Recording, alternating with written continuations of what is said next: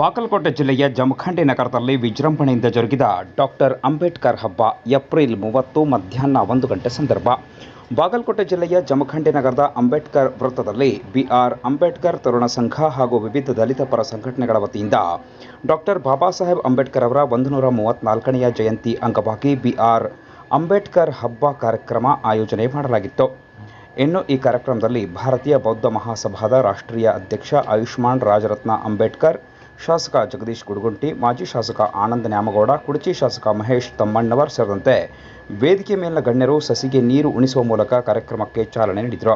ತದನಂತರ ಡಾಕ್ಟರ್ ರಾಜರತ್ನ ಅಂಬೇಡ್ಕರ್, ಶಾಸಕ ಜಗದೀಶ್ ಗುಡಗುಂಟಿ, ಮಾಜಿ ಶಾಸಕ ಆನಂದ ನ್ಯಾಮಗೌಡ, ಕುಡಚಿ ಶಾಸಕ ಮಹೇಶ್ ತಮ್ಮಣ್ಣವರ್ ಸೇರಿದಂತೆ ವೇದಿಕೆ ಮೇಲಿನ ಗಣ್ಯರು ಕಾರ್ಯಕ್ರಮವನ್ನು ಉದ್ದೇಶಿಸಿ ಮಾತನಾಡಿದರು.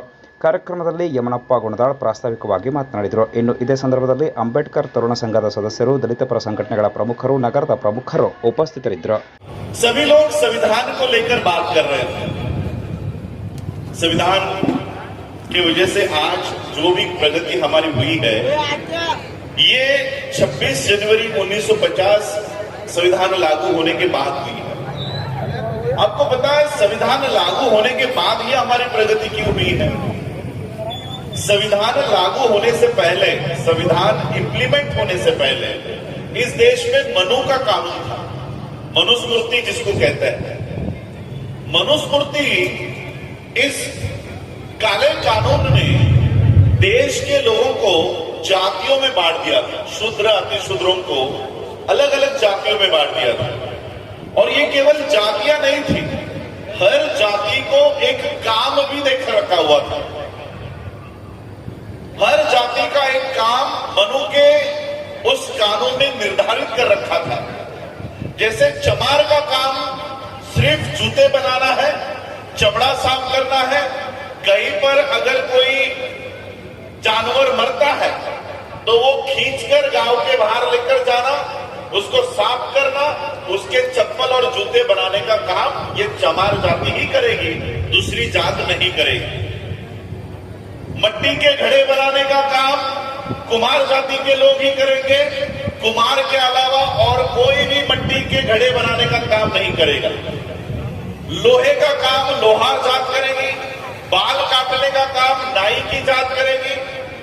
भले उस नाई जाति में पैदा हुआ बच्चा वो काम नहीं भी करना चाहता हो, तब भी मनु का कानून कहता है कि उसको वो ही काम करना होगा. ऐसे ही आप लोग भी थे. महार जाति के लोगों को काम देकर रखा हुआ था कि गांव में कहीं भी जानवर मरता है तो उसको गांव के बाहर लेकर जाना, उसको साफ सफाई करना और उसको बेच के जो पैसा आता है वो रखना. ये मनु के कानून ने इस देश के लोगों को जातियों में बांट तो दिया, लेकिन जातियों के साथ काम भी, उनको काम भी निर्धारित करके दिया कि यही काम करना होगा. बाबा साहब अंबेडकर जी ने इस देश का संविधान ऐसा बना दिया कि बाबा साहब ने केवल 395 आर्टिकल का ग्रंथ या किताब नहीं लिखी. इस देश में लोगों को आने वाले सपने भी बाबा साहब ने बदल दिए. ಇವತ್ತು ಬಹಳ ವಿಶೇಷವಾದಂತ ದಿವಸ. ಒಂದ್ ಕಡೆ ನಾವು ಬಸವ ಜಯಂತಿಯನ್ನು ಆಚರಣೆ ಮಾಡ್ತಾ ಇದೀವಿ ಇವತ್ತು. ಹೀಗಾಗಿ ಬಸವ ಜಯಂತಿ ಶುಭಾಶಯಗಳನ್ನು ಕೂಡ ಈ ಸಂದರ್ಭದಲ್ಲಿ ನಾನು ತಿಳಿಸಲಿಕ್ಕೆ ಬಯಸ್ತೇನೆ. ಬಸವ ಜಯಂತಿ ಮತ್ತು ಅಂಬೇಡ್ಕರ್ ಜಯಂತಿ ಈ ಎರಡೂ ಕಾರ್ಯಕ್ರಮದಲ್ಲಿ ಒಂದೇ ಸಿದ್ಧಾಂತ. ಇದನ್ನು ನಾವು ಅರ್ಥ ಮಾಡ್ಕೊಳ್ಬೇಕು. ಬಸವಣ್ಣನವರು ಹೇಳಿರುವಂತದ್ದು ಮತ್ತು ಅಂಬೇಡ್ಕರ್ ಅವರು ಜಾರಿಗೆ ತಂದಿರುವಂತದ್ದು ಒಂದೇ. ಅದೇನಪ್ಪ ಅಂತಂದ್ರೆ 12ನೇ ಶತಮಾನದಾಗ ಬಸವಣ್ಣನವರು ಸಮಾನವಾದಂತಹ ಸಮಾಜವನ್ನು ನಿರ್ಮಾಣ ಮಾಡಬೇಕು ಅಂತೇಳಿ ತಮ್ಮ ವಚನಗಳ ಮುಖಾಂತರ ಈ ಸಮಾಜವನ್ನು ತಿದ್ದುವಂತ ಕೆಲಸ ಮಾಡಿರ್ತಕ್ಕಂಥವ್ರು ಯಾರಾದ್ರೂ ಆಗಿದ್ರೆ ಅದು ವಿಶ್ವಗುರು ಬಸವಣ್ಣನವರು ಅಂತಕ್ಕಂಥ ಮಾತನ್ನು ಈ ಸಂದರ್ಭದಲ್ಲಿ ಹೇಳಿ ಬಯಸ್ತೀನಿ. ಅವ್ರು ಆಡಿರುವಂತ ಮಾತನ್ನ ಸಂವಿಧಾನವನ್ನು ರಚನೆ ಮಾಡುವಂತ ಸಂದರ್ಭದಲ್ಲಿ ಸಂವಿಧಾನದಲ್ಲಿ ಅಳವಡಿಸಿಕೊಂಡು ಈ ದೇಶದಲ್ಲಿ ಸರಿ ಸಮಾನವಾದಂತಹ ಸಮಾಜ ನಿರ್ಮಾಣ ಆಗಬೇಕು ಅಂತ ಹೇಳಿ ಸಂವಿಧಾನದಲ್ಲಿ ಅವಕಾಶ ಮಾಡಿಕೊಟ್ಟಿರತಕ್ಕಂಥ ಒಬ್ಬ ಮಹಾನ್ ವ್ಯಕ್ತಿ ಯಾರಾದ್ರೂ ಆಗಿದ್ರೆ ಅದು ಬಾಬಾ ಸಾಹೇಬ್ ಅಂಬೇಡ್ಕರ್ ಅವರು ಅಂತಕ್ಕಂಥ ಮಾತನ್ನ ಹೇಳ್ಬೇಕಾಗ್ತದೆ. ಸಾವಿರಾರು ಸಂಸ್ಕೃತಿಗಳು ಇವೆಲ್ಲದರಲ್ಲೂ ಮಧ್ಯೆ ಕೂಡ ನಾವು ಎಲ್ಲರೂ ಒಂದಾಗಿ ಬದುಕ್ತಾ ಇದ್ದೇವಲ್ಲ, ಇದಕ್ಕೆ ಒಂದೇ ಒಂದು ಕೊಂಡಿ, ಅದು ಸಂವಿಧಾನ. ರಚಿಸಿದ್ದು ಡಾಕ್ಟರ್ ಬಾಬಾ ಸಾಹೇಬ್ ಅಂಬೇಡ್ಕರ್ ಅವರು ಹಾಗೂ ಅವರ ವೃಂದ.